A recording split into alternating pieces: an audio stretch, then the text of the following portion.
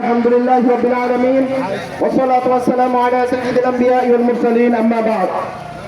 সম্মানিত উপস্থিতি, আজ বিশ্বব্যাপী মজলুম গাজাবাসীদের আহত হত্যার সমর্থনে বিক্ষোভ মিছিলের সমর্থনে আমরা জাতীয় উলামা মাশায়েখ আইম্মা পরিষদের ব্যানারে এবং বিভিন্ন আমাদের রাজনৈতিক অঙ্গ সংগঠনের ব্যানারে আজকের এই বিক্ষোভ মিছিলের উপস্থিত সর্বসাধারণ মুসলিম ইসলাম প্রিয় তৌহিদি জনতার প্রতি আমার বক্তব্য রইল আন্তরিক শুভেচ্ছা এবং বিপ্লবী মোবারকবাদ।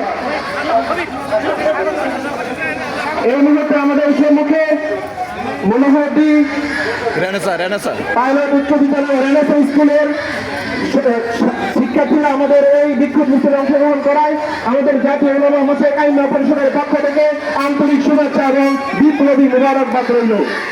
প্রিয় ইসলাম প্রিয় তৌহিদি জনতা, আজকে আমাদের এই মুসলিমদের যেভাবে গাজার মধ্যে মুসলমানদের নির্যাতন নিপীড়ন করে হত্যা করা হচ্ছে, বিভিন্নভাবে বোমা ল্যান্ডিং করে আহত মুসলমানদেরকে এবং শিশুদেরকে নারীদেরকে সেই জঘন্যভাবে মৃত্যুর মুখে ফেলে দেওয়া হচ্ছে এবং বিশেষ করে আমরা যে বিষয়গুলো দেখতেছি আমরা সবাই এই ব্যাপারে সর্বোচ্চ সচেষ্ট থাকবো।